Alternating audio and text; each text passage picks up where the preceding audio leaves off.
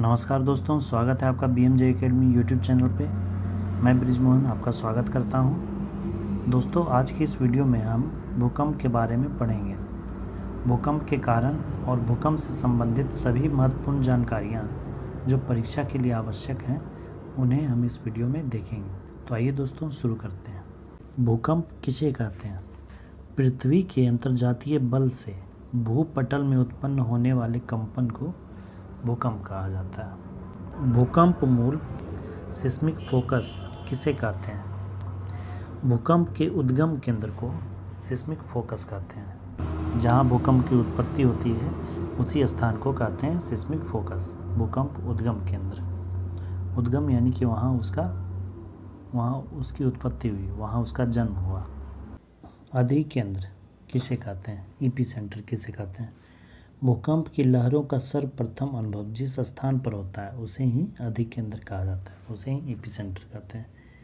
जैसे ये धरातल है और यहाँ कहीं भूकंप की उत्पत्ति हुई तो इसे कहेंगे सिस्मिक फोकस, भूकंप मूल। और इसके ठीक ऊपर धरातल पर जहाँ सबसे पहले भूकंप का अनुभव किया जाएगा, इस पॉइंट को कहेंगे अधिकेंद्र, एपिसेंटर। जैसे इस फिगर में देखते हैं, ये जो है यहाँ भूकंप की उत्पत्ति हुई तो इसे कहेंगे सिस्मिक फोकस। और इसके ठीक ऊपर समकोण पर धरातल पर जहाँ सबसे पहले भूकंप का अनुभव किया जाएगा उसे कहेंगे अधिकेंद्र, एपिसेंटर। भूकंप के क्या क्या कारण हैं? भूकंप के कई कारण होते हैं, जिनमें किसी एक सबसे बड़ा कारण होता है प्लेट विवर्तनिक प्रक्रिया, ज्वालामुखी क्रिया, भूपटल भ्रंशन जिसमें कि वलन और भ्रंश दोनों हो सकते हैं, और कुछ मानव जनित कारक भी हो सकते हैं। जैसे धरातल के अंदर कोई नाभिकीय परीक्षण, ये वर्ल्ड मैप है जिसमें कि ये लाइनिंग जो है वो टेक्टोनिक प्लेट्स को दर्शाया गया है। जो पृथ्वी का जो ऊपरी सतह है वो क्रस्ट का बना होता है और उसके नीचे मेंटल होता है। तो क्रस्ट और मेंटल पृथ्वी की शीर्ष सतह होती है, जो कि मिलकर एक पतली त्वचा जैसी बनाती है जिसे लिथोस्फीयर कहा जाता है। ये लिथोस्फीयर कई टुकड़ों से बना होता है जिसे कि टेक्टोनिक प्लेट्स कहा जाता है। यही टेक्टोनिक प्लेट जब आपस में एक दूसरे से टकराते हैं तो ये जो नॉन स्टॉप मूवमेंट है उसी के कारण क्रस्ट पर तनाव पड़ता है, और वही तनाव जब ज़्यादा हो जाता है तो वह दरारों में बदल जाता है जिन्हें कि फॉल्ट कहा जाता है।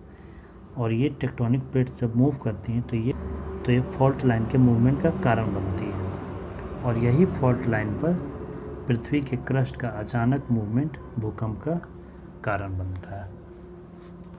अगला है समभूकंपीय रेखा किसे कहते हैं? आइसोसिस्मल लाइंस। भूकंप केंद्र के चारों ओर समान भूकंपीय तीव्रता की खींची जाने वाली रेखाएं समभूकंपीय रेखा कहते हैं।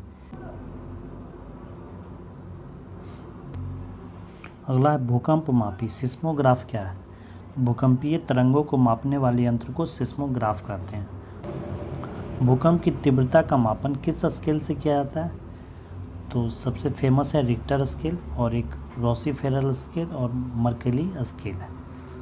तो सिस्मोग्राफ यंत्र हुआ और स्केल रिक्टर स्केल। ये दोनों भी है, रोसीफेरल भी और मर्केली भी। भूकंपीय तरंगों को कितने भागों में बांटा गया है? यह 3 भागों में बांटा गया। प्राइमरी वेव्स प्राथमिक तरंगे, सेकेंडरी वेव्स द्वितीयक तरंगे, और लॉन्ग वेव्स धरातलीय तरंगे। प्राइमरी वेव्स प्राथमिक तरंगे क्या होते हैं? प्राथमिक तरंगे ध्वनि तरंगों के समान होती है। यह अनुदैर्ध्य तरंगे होती है और यह सबसे तेज गति से चलती है। इसकी गति 8 से 14 किलोमीटर प्रति सेकंड होती है, और यह ठोस, द्रव और गैस सभी माध्यमों में गमन कर सकते हैं। इसलिए पृथ्वी के केंद्रीय भाग से सिर्फ प्राइमरी तरंगे ही गुजरती हैं। सेकेंडरी वेव्स क्या होते हैं? सेकेंडरी वेव्स को हिंदी में द्वितीयक तरंगे या गौण तरंगे भी कहते हैं। ये अनुप्रस्थ तरंगे होती है। यह तरंग केवल ठोस माध्यम में ही गमन करती है और इसका वेग लगभग 4 किलोमीटर प्रति सेकंड होता है। चूँकि सेकेंडरी वेव्स केवल ठोस माध्यम में ही गमन करती है, इसलिए ये जो सेकेंडरी वेव्स हैं वो पृथ्वी के कोर में नहीं पहुंच पाती। ये बस यहीं से मुड़ जाती है और यहीं टकराती हैं, जबकि प्राइमरी वेव्स कोर को भी पार करके निकल जाती है। लॉन्ग वेव्स धरातलीय तरंगे क्या होते हैं? इन तरंगों का भ्रमण पथ पृथ्वी का धरातलीय भाग ही होता है। इन तरंगों को लॉन्ग वेव्स इसलिए कहा जाता है क्योंकि इनका भ्रमण समय अधिक होता है और यह सर्वाधिक दूरी तय करती हैं। यह केवल धरातल के पास ही चलती है। धरातलीय तरंगें सबसे अधिक विनाशकारी होती हैं क्योंकि इसकी तीव्रता सबसे अधिक होती है। जब भूकंप की उत्पत्ति होती है फोकस पे और यह सबसे पहले अधिकेंद्र पर यह अनुभव किया जाता है, तो वहाँ से एक लहरें इस तरह से ये लहरें उत्पन्न होती है जो कि धरातल पर ही चलती है। पृथ्वी की सतह पर ही ये तरंगें चलती है और इस तरह से ये एक लंबी दूरी तय करती है, जिसके कारण कि यह सबसे अधिक विनाशकारी होती है और इसकी तीव्रता भी सबसे अधिक होती है। रिक्टर स्केल का आविष्कार कब और किसने किया था? चार्ल्स रिक्टर ने 1935 में रिक्टर स्केल का आविष्कार किया था। यह पैमाना लॉगरिथम पर आधारित है। धरातलीय तरंग लॉन्ग वेव्स की खोज किसने की थी? लॉन्ग वेव्स की खोज HD लव ने की थी, इसीलिए इन तरंगों को लव वेव भी कहा जाता है। सुनामी क्या होते हैं? अंतःसागरीय भूकंपों द्वारा उत्पन्न लहरों को सुनामी कहा जाता है। भूकंप के फलस्वरूप समुद्र क्षेत्र में उठने वाली ये तरंगें ऊंची उठती लहरों के साथ तटीय क्षेत्रों में भयानक नुकसान पहुंचाती है। सुनामी शब्द जापान से लिया गया है, जिसका अर्थ होता है, सु का अर्थ होता है बंदरगाह और नामी का अर्थ होता है तरंग। विश्व में भूकंप की कितनी प्रमुख मेखलाएं हैं? तो 3 प्रमुख मेखलाएं हैं। पहला प्रशांत महासागरीय मेखला, दूसरा मध्य महाद्वीपीय मेखला। इस मेखला में पिरेनीज पर्वत, आल्प्स पर्वत, हिमालय पर्वत और म्यांमार की पहाड़ियाँ और द्वीप समूह शामिल हैं। और मध्य अटलांटिक मेखला में।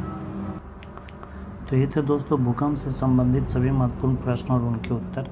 आशा करता हूँ वीडियो आपके लिए हेल्पफुल हो। ऐसे और भी इम्पोर्टेंट टॉपिक्स के प्रश्नोत्तर के लिए चैनल को प्लीज़ सब्सक्राइब करें और अपने दोस्तों के साथ शेयर करें। धन्यवाद दोस्तों। जय हिंद।